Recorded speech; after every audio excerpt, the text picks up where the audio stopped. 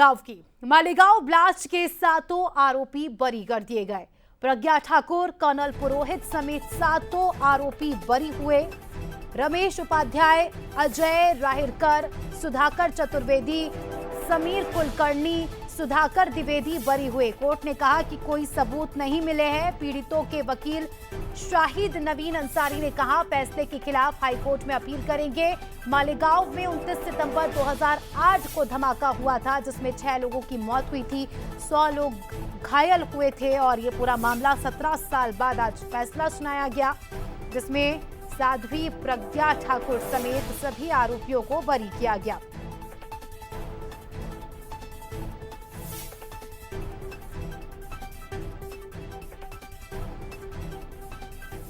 तो कौन कौन वो आरोपी थे जिन्हें बरी किया गया, उनके नाम भी आपको बताते हैं। कौन कौन से वो 7 आरोपी थे, तस्वीरें आपके सामने। प्रज्ञा सिंह ठाकुर, प्रसाद श्रीकांत पुरोहित, रमेश उपाध्याय, अजय राहिरकर, सुधाकर द्विवेदी, समीर कुलकर्णी, सुधाकर चतुर्वेदी, ये वो आरोपी जिन्हें आज कोर्ट ने बरी किया। 17 साल और 7 आरोपी जिन्होंने आज शायद राहत की सांस ली होगी, सातों को कोर्ट ने बरी किया।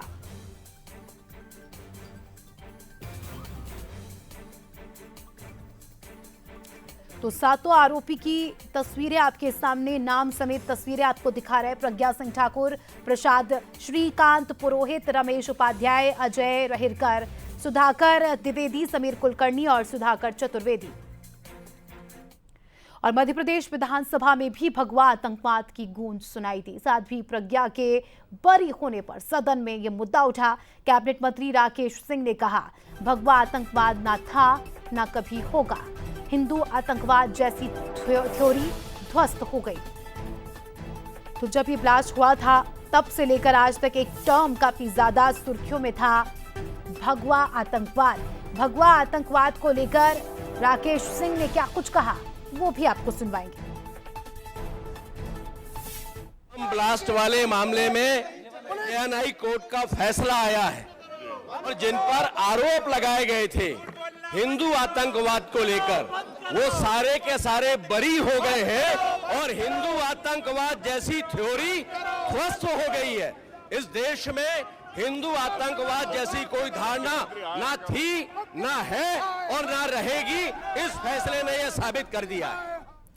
चलिए, इस खबर पर हमारे executive editor Manoj Saini ji live जुड़ चुके हैं, उनसे जानकारी लेंगे। मनोज जी, जब ये ब्लास्ट हुआ था उसके बाद से एक टर्म काफी ज्यादा सुर्खियों में रहा, भगवा आतंकवाद, और आज मध्य प्रदेश विधानसभा में भी भगवा आतंकवाद के स्वर खूब गूंजे।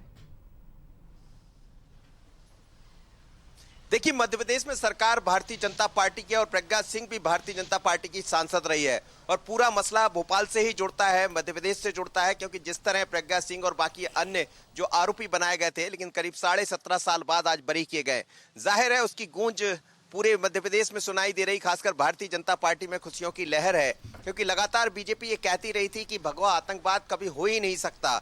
कुछ दिन पहले आपने देखा, 2 दिन पहले लोकसभा के सदन पर भी यह बात हुई भगवा आतंकवाद को लेकर, लेकिन आज जो निर्णय आया उसकी गूंज विधानसभा में भी सुनाई दी। एक तरफ से खुशियां जाहिर की गई और जब मौका मिला तो राकेश सिंह दूसरे मुद्दे पर बात कर रहे थे, लेकिन जैसे ही ये मसला सामने आया कि बरी कर दिया गया तो उन्होंने अपनी तरफ से कहा ना भगवा आतंकवाद कभी था, ना है, ना कभी रहेगा। लेकिन जो ख्याली पुलाव बना रहे थे, जो जिस तरह से इस भगवा आतंक को दूसरा रूप देने की तैयारी में थे भगवा आतंक के नाम पर, वो सब धरा का धरा रह गया। तो गूंज सुनाई दी है। दूसरी तरफ आरिफ मसूद ने भी उसको लेकर अपना बयान प्रस्तुत किया, लेकिन ये जरूर है कि आज चर्चा का विषय पूरे भोपाल में बल्कि पूरे देश भर में बना है। और जब फैसला आया तो स्वाभाविक रूप से विधानसभा का सत्र चल रहा तो इसको सदन के पटल पर तो नहीं कहेंगे, लेकिन चर्चा जरूर इसकी गूंज सुनाई दी है। शुक्रिया सर आपका जुड़ने के लिए और जानकारी के लिए।